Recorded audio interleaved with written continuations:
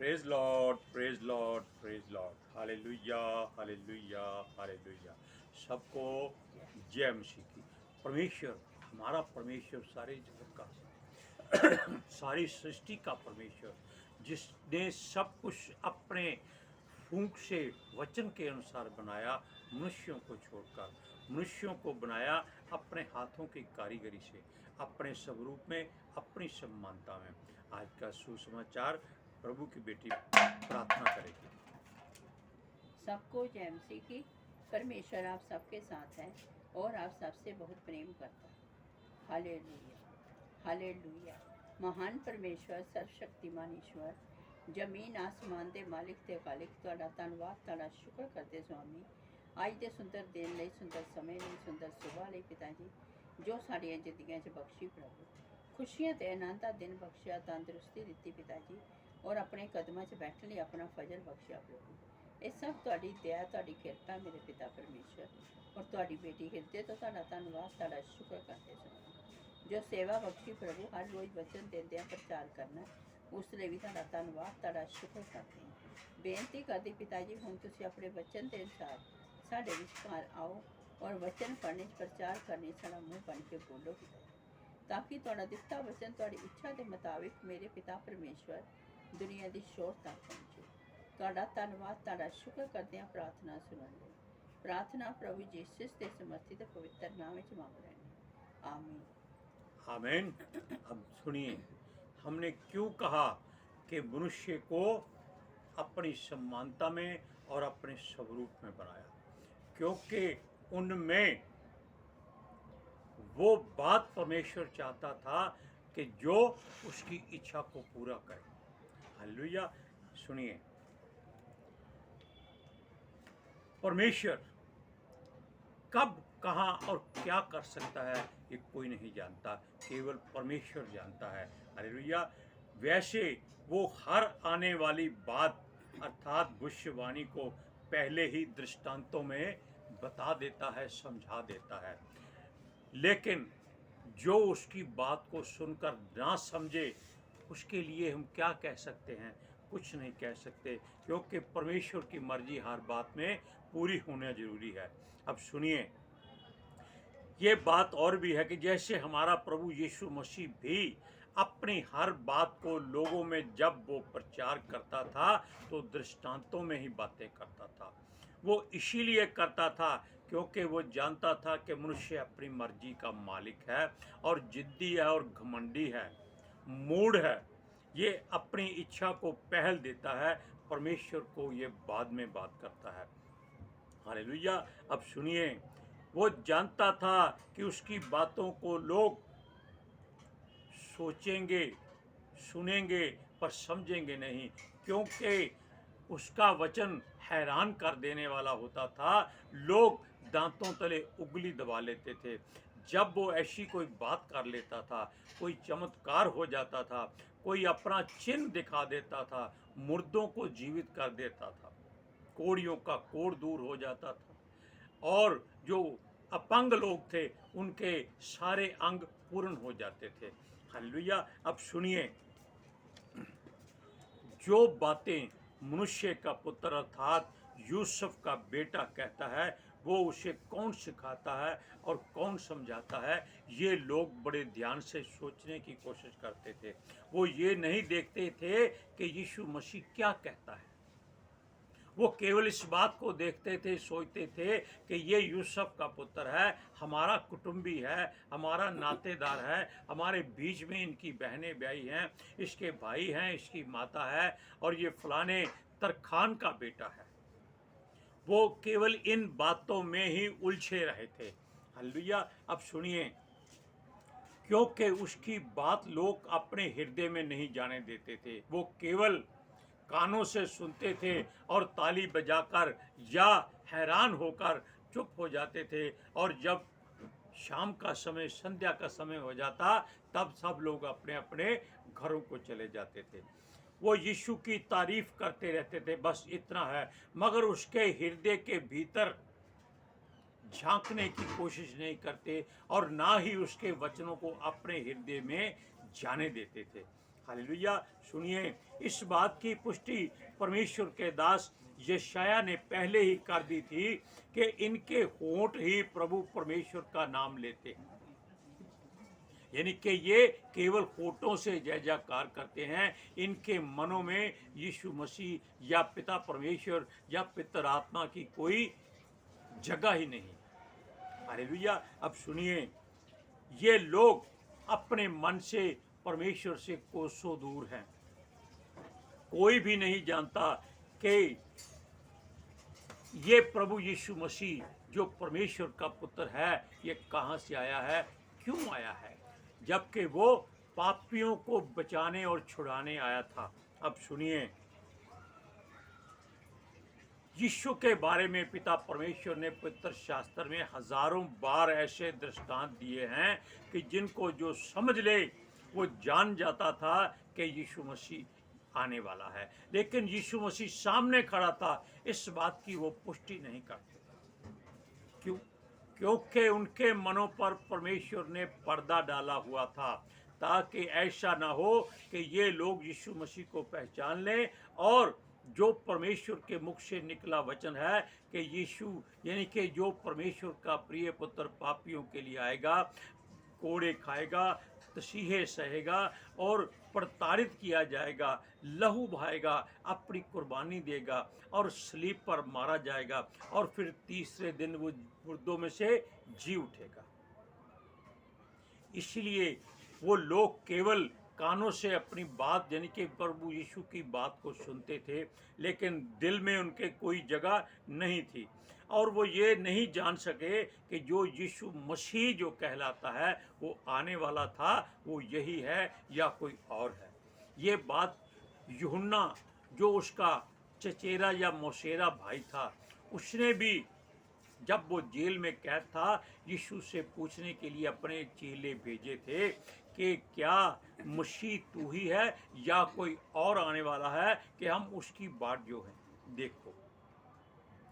जबकि ऐसे लोग जो पितर आत्मा के वसीले धरती पर आए थे, जिनका नाम परमेश्वर ने रखा था, वो भी मन में ऐसे हो गए थे, कठोर हो गए थे।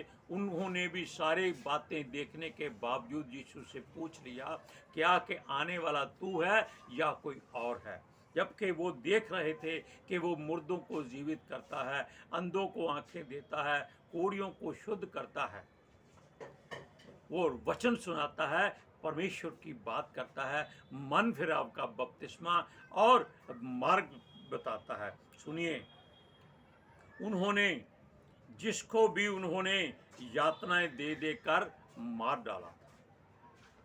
हालेलुया। अब सुनिए, और वो पश्चाताप नहीं कर सके, क्योंकि अब भी परमेश्वर का वचन जो यीशु मसीह ही था, जो आने वाला था और संसार के सामने आकर चला गया, वो उसको पहचान ना सके, कुछ भी उन्होंने जानने की कोशिश नहीं की। हालेलुया। सुनिए, लोग उसका भव्य स्वागत नहीं कर सके, बल्कि उस पर लाछन लगाते रहे, तोहमतें लगाते रहे कि ये पापियों के संग बैठता है, ये मदिरा पीने वालों के संग बैठता है, ये चुंगी लेने वालों के संग बैठता है, ये वेश्याओं के संग बैठता है, ये व्यभिचारियों के संग खाता पीता है। जबकि पहले ही ये लिखा गया था कि परमेश्वर ने जगत से ऐसा प्रेम किया कि उसने अपना इकलौता पुत्र दे दिया, लेकिन वो पवित्र शास्त्रों में ढूंढते थे कि कहाँ लिखा है, वो कौन है, वो कब आएगा, लेकिन वो सामने खड़ा था, उसको वो देख नहीं सके। हालेलुया। सुनिए, यीशु मसीह के द्वारा भी अपने चारों प्रेरितों के द्वारा सारी बातें समझाई हैं और अपने मुख से भी सारी बातें कही हैं जब तक वो जीवित रहा। उसके चेले मती, मरकुस, लूका और यूहन्ना थे। हालेलुया। सुनिए, वो कई बार अपने बारे में इनको समझाता था, बताता था, चेलों को भी समझाता था, जिनको उसने कहा कि तुम्हें तो परमेश्वर के राज्य की समझ दी गई है, तुम क्यों नहीं समझते कि जो परमेश्वर का पुत्र मसीह है वो मैं ही हूँ, जिसको पापियों के हाथ में सौंपा जाएगा, वो उसको प्रताड़ित करेंगे, मारेंगे, सलीब पर चढ़ा देंगे, ऊंचे पर चढ़ा देंगे, और वो सलीब पर मारा जाएगा, गाड़ा जाएगा, और 3 दिन के बाद वो जीवित हो उठेगा। हालेलुया। और सुनिए, जो पौलुस भी इस बात की गवाही बार बार देता रहता है कि जो था, जो है, जो आने वाला है, वो केवल यीशु मसीह है। आप एक वचन को पढ़िए, दूसरा पहला है पहला पहला पहला थिस्सलुनीकिया 5वां अध्याय उसकी 1 और 2 आयत में। हे भाइयों, इसका प्रयोजन नहीं कि समयों और कालों के विषय में तुम्हारे पास कुछ लिखा जाए, क्योंकि तुम आप ठीक जानते हो कि जैसा रात को चोर आता है, वैसा ही प्रभु भी का दिन आने वाला है। अब देखिए, अब परमेश्वर का दास यीशु का प्रेरित पौलुस आपको समझा रहा है कि यीशु मसीह ऐसे आएगा जैसे चोर रात को आता है। और यीशु मसीह ने भी कहा था कि चोर चोरी करने आता है या घात करने आता है, लेकिन यीशु मसीह जो परमेश्वर का पुत्र है, वो जब आएगा तब आप जान जाएंगे कि जो उसने वचन कहे हैं वो सच है। और सुनिए, और चोर का पता नहीं वो कब आ जाएगा, ऐसे ही यीशु मसीह भी आपके सामने आ जाएगा। हमने पिछली बार बताया था कि वो स्वर्ग में से धधकती आग में से निकलेगा और बादलों पर आपके सामने आ जाएगा। लेकिन आप सुनिए, उस समय को कोई नहीं जानता कि वो कब आएगा और कैसे आएगा। उसका आना कहाँ से होगा, उत्तर से, दक्षिण से, पूरब से या पश्चिम से, ये कोई नहीं जानता। सुनिए, उसका आने का ना तो कोई दिन है, ना कोई समय निश्चित है। अभी आपने वचन में पढ़ा कि समय और कालों को जानने का आपको कोई अधिकार नहीं, क्योंकि ये परमेश्वर ने अपने हाथ में रखे हुए हैं। इसलिए रखे हैं कि वो अपनी बात अपनी मर्जी से पूरी कर सके।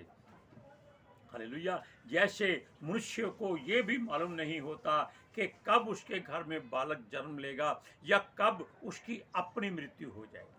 कोई जानता है? कोई इस बात की भविष्यवाणी नहीं कर सकता कि आपकी मृत्यु कब होगी। अगर हम इस समय दोनों पति पत्नी परमेश्वर के बेटा बेटी लेपालक पुत्र पुत्री बनकर आपके सामने प्रचार कर रहे हैं, आपको प्रभु का मार्ग और उसके लिए कह रहे हैं कि मन फिराओ, अगर हमारी सांसें आपके सामने खत्म हो जाए तो कोई इसमें आश्चर्य की बात नहीं होगी। क्यों? इसका केवल जिम्मेदार, हकदार और लेने देने वाला केवल परमेश्वर यहोवा है, सेनाओं का यहोवा है। सुनिए, और वो तो मरने के बाद भी नहीं जान सकता कि वो कहाँ जा रहा है। लोग कहते हैं कि मैं जानता हूँ मेरी मृत्यु कब होगी, मैं आपको साबित कर दूंगा।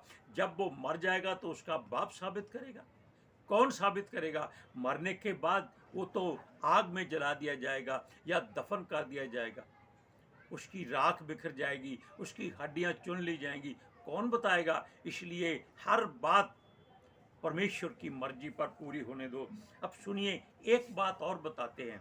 क्या गर्भवती जानती है कि उसके बालक का जन्म कब होगा? कोई नहीं जानता। क्यों?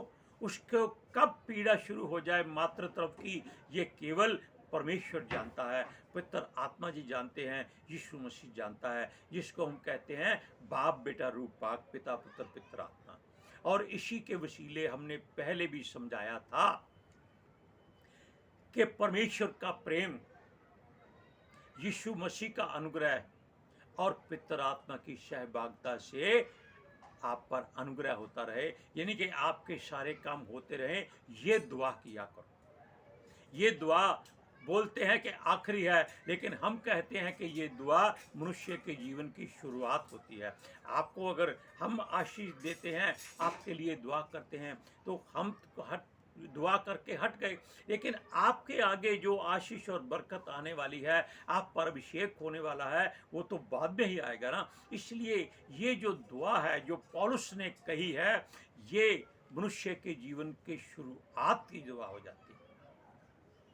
जब आप बपतिस्मा लेते हैं तो क्या आप जीवित पानी से निकलते हैं? बिल्कुल नहीं। क्यों? आपको पानी में डुबो दिया जाता है, यानी कि आप यीशु मसीह की तरह पानी में मारे जाते हैं। और जब वो बाहर आ पाते हैं तो आप पिता परमेश्वर के अभिषेक से जीवित हो उठते हैं, यानी कि पुराना जीवन आपका खत्म हो जाता है। क्या आप इस बात को पहले जानते थे? क्या आपका बपतिस्मा होगा? कोई नहीं जानता। लोगों को मालूम ही नहीं था कि बपतिस्मा क्या होता है। वो तो केवल तिलक लगा दो, हार भी 25 पहना दो और अच्छी तरह से उसको नहला धुलाकर दूध से, लस्सी से, दही से, मक्खन से और उसको मीठा खिला दो, उसको पत्थर के आगे माथा टेकने के लिए बोल दो। वो कहते हैं ये मनुष्य शुद्ध और पवित्र हो गया है। बिल्कुल नहीं। मनुष्य पवित्र केवल यीशु मसीह के लहू से होता है। अभी जो हमने आपको प्रार्थना बताई उससे बनता है। उसके बाद ही मनुष्य असली मनुष्यत्व को प्राप्त करता है, वरना वो एक संसारिक मनुष्य रहता है जिसका इस जीवन में कुछ लेना देना नहीं होता, कुछ भी उसके साथ नहीं जाता। वो करोड़ों अरबों रुपया इकट्ठा कर लेते हैं, मरने के बाद उसके हाथ खाली होते हैं, मुंह खुला होता है, ऐसे आंखें भी ऐसे फटी होती हैं कि हाय इतना कुछ जोड़ा था, इतना इकट्ठा किया था, इतनी हेरा फेरी की थी, इतने पाप किए थे, लेकिन साथ में कुछ नहीं जा रहा। सुनिए, अगर यह बातें समय और कालों की भविष्यवाणी सच होने लगे, मान लीजिए कोई हमें कहता है भाई तुम कल मर जाओगे और खुद वो आज ही मर जाता है, तो उसकी भविष्यवाणी कैसे साबित कर सकेंगे हम? क्यों? परमेश्वर की मर्जी से हम नहीं मरते, तो उस आदमी की भविष्यवाणी कहाँ जाएगी? अच्छा तो तब है कि जो भविष्यवाणी करने वाला है वो तब करे जब परमेश्वर उसको इजाजत दे। क्यों? अगर परमेश्वर के द्वारा वो भविष्यवाणी करेगा तो वो मनुष्य जीवित रहेगा, वो मरेगा नहीं, क्योंकि उसके मुख से निकली भविष्यवाणी उसको परमेश्वर दिखाता है कि ये देख, तेरे मुख से मैंने ये बात करवाई थी, ये पूरी हो रही है, ताकि उसका विश्वास और मजबूत हो जाए और परमेश्वर पर उसका भरोसा बढ़ जाए और वो कर्म करे ताकि विश्वास और भरोसे को पूरा किया जा सके। हालेलुया। अब सुनिए, अगर ये सच्ची बातें हो जाएं, मनुष्य मनुष्य को बोले, तो परमेश्वर की कीमत कुछ नहीं रहेगी। लोग परमेश्वर को छोड़ देंगे और भविष्यवक्ताओं के पीछे लग जाएंगे। आजकल भी लोग ऐसा ही करते हैं और हर कोई दूसरे को चूना लगाने की कोशिश करेगा और उसका भार यानी कि मर जाना और जीना उसके बस में हो जाएगा। लोग जान नहीं सकते कि परमेश्वर क्या करने वाला है, इस बात को सोच लीजिए। सुनिए, क्योंकि यह सारा लेखा जोखा परमेश्वर ने अपने हाथों में रखा है, उसके हाथ से कोई छीन नहीं सकता। वो न्यायी है और वो ही न्याय करेगा। अब सुनिए, वो लोगों के मनों को कठोर कर देता है ताकि लोग आने वाले भविष्य के बारे में ना जान सके। पिछला जो हो चुका है वो तो जानते ही जानते हैं कि मैंने ऐसी बुराइयां की हैं, ऐसे गुनाह किए, ऐसे पाप किए हैं। वो आईना देखकर अपने मुंह पर थप्पड़ मारते हैं। हालेलुया। अब सुनिए, सबको बुद्धि परमेश्वर ने दी है और जब वो परमेश्वर चाहता है कि ये भविष्य जानने की कोशिश करते हैं, वो इनकी बुद्धि को बंद कर देता है और अपने चमत्कार दिखाता है। जैसे उसने मिस्र के राजा फिरौन की बुद्धि को कठोर कर दिया था और मिस्रियों के मन को नम्र और दीन कर दिया था कि वो सारा सोना चांदी वस्त्र गाय बैल भेड़ बकरी सब इजरायलियों को दे दे। हालेलुया। अब सुनिए, सबको बुद्धि परमेश्वर क्यों देता है? ताकि वो उसकी महिमा करें और वो नहीं जानते कि चुन चुन कर ये लोग उठाए जाएंगे और इन पर भयंकर विपत्ति आने वाली है। कब आने वाली है? क्योंकि हमारा यीशु मसीह आने वाला है। पहले वो मनुष्य के रूप में जन्म लेकर आया था, अब वो स्वर्ग की धधकती आग में से निकलेगा। और पहले वो नम्र और दीन था, अब वो सख्त और कठोर होगा। वो लोगों के मनों को कठोर नहीं करेगा, बल्कि वो खुद कठोर और समर्थी होकर आएगा और वो सबका न्याय करेगा और सबको उसकी सजा देगा। अब सुनिए, इसका सारा कारण यह है कि जो मसीह में है वो संसार के लिए, और संसार में जो मसीह लोग परमेश्वर की ओर से हैं वो ज्योति, अंधेरे में नहीं है। क्योंकि मसीह लोग ना तो अंधेरे में आते हैं ना रात को होते हैं, वो केवल उजाले में भी सूर्य की भांति चमकते हैं। अब सुनिए, और ये लोग जो संसार के हैं, ये इनके सारे काम बुरे और पाप होते हैं, ये केवल रात को और अंधेरे में ही करते हैं। और ये केवल धैर्य नहीं बांधते, ये हर काम की जल्दी करते हैं। वो केवल इस बात को जानेंगे कि हमारे प्रभु यीशु मसीह को जो स्वर्ग में है, धधकती स्वर्ग की आग में से निकलेगा और बादलों पर सवार होकर आएगा। इसको सारी दुनिया देखेगी, पूरी सृष्टि के जीवित लोग देखेंगे और छाती पीटेंगे।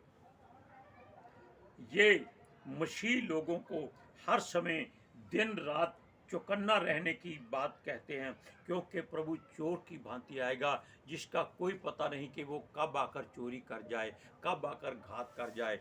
इसलिए सुनिए, मुझसे मसीह में आकर परमेश्वर कहता है, जो मसीह में आ गए हैं वो कबूतरों की तरह भोले और सांप की तरह चतुर बन जाएं, ताकि यीशु मसीह के आने तक वो अटल बने रहें। सुनिए, क्योंकि वो इस संसार में परदेशी हैं, परदेशी रहेंगे और परदेशी बनकर ही वो यीशु के साथ स्वर्ग में चले जाएंगे। स्वर्ग ना सही, लेकिन परमेश्वर के राज्य में वास करेंगे।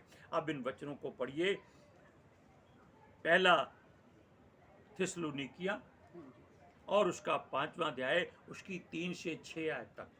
जब लोग कहते होंगे कुशल है और कुछ भय नहीं, तो उन पर एक का एक विनाश आ पड़ेगा। जिस प्रकार गर्भवती पर पीड़ा और वह किसी रीति से ना बचेगा। पर हे भाइयों, तुम जो अंधकार में नहीं हो, कि वह दिन तुम पर चोर के समान आ पड़े, क्योंकि तुम सब ज्योति की संतान और दिन की संतान हो। हम ना रात के हैं और ना अंधकार के हैं। इसलिए हम दूसरों के समान सोते ना रहें, पर जागते और सावधान रहें। जागते रहो और सावधान रहो, यीशु मसीह का नहीं पता वो कब आ जाएगा, अभी भी आ सकता है। हालेलुया। आज के सुसमाचार के लिए परमेश्वर की बेटी प्रार्थना करेगी। Hallelujah. Thank you Jesus, thank you Lord, thank you पिता आत्मा जी। ਤੁਹਾਡਾ ਧੰਨਵਾਦ, ਤੁਹਾਡਾ ਸ਼ੁਕਰ ਕਰਦੇ ਸੁਆਮੀ, ਸਾਡੇ ਵਿਚਕਾਰ ਆਉਣ ਲਈ, ਵਚਨ ਪੜ੍ਹਨੇ, ਪ੍ਰਚਾਰ ਕਰਨੇ, ਸਾਡਾ ਮੂੰਹ ਬਣ ਕੇ ਬੋਲਣ ਲਈ ਪਿਤਾ ਜੀ। ਤੁਹਾਡੀ ਬੇਟੀ ਹਿਰਦੇ ਤੋਂ ਤੁਹਾਡਾ ਧੰਨਵਾਦ, ਤੁਹਾਡਾ ਸ਼ੁਕਰ ਕਰਦੀ ਸੁਆਮੀ। ਸੱਚਮੁੱਚ ਖੁਦਾ, ਤੁਹਾਡਾ ਦਿੱਤਾ ਵਚਨ ਤੁਹਾਡੀ ਇੱਛਾ ਦੇ ਮੁਤਾबिक ਮੇਰੇ ਪਿਤਾ ਪਰਮੇਸ਼ਵਰ ਦੁਨੀਆ ਦੀ ਛੋਰ ਤੱਕ ਪਹੁੰਚੇ। ਲੋਕ ਸੁਣਨ ਔਰ ਸੱਚਾਈ ਨੂੰ ਜਾਣਨ ਔਰ ਸੱਚਾਈ ਉਹਨਾਂ ਨੂੰ ਆਜ਼ਾਦ ਕਰੇ ਪਿਤਾ। ਮੈਂ ਤੁਹਾਡਾ ਧੰਨਵਾਦ, ਤੁਹਾਡਾ ਸ਼ੁਕਰ ਕਰਦੀ ਸੁਆਮੀ। ਔਰ ਤੁਹਾਡੇ ਬੱਚੇ ਹਮੇਸ਼ਾ ਤੁਹਾਡੀ ਸ਼ਾਂਤੀ और ਤੁਹਾਡੇ अनुग्रह ਵਿੱਚ बने रहें। आमीन। आमीन। हालेलुया। Praise Lord. इसलिए जागते रहिए, खबरदार रहिए। यीशु मसीह जो था, जो है, वो आने वाला है और वो बादलों पर आएगा। सारी सृष्टि इसको देखेगी। सबको जय मसीह की।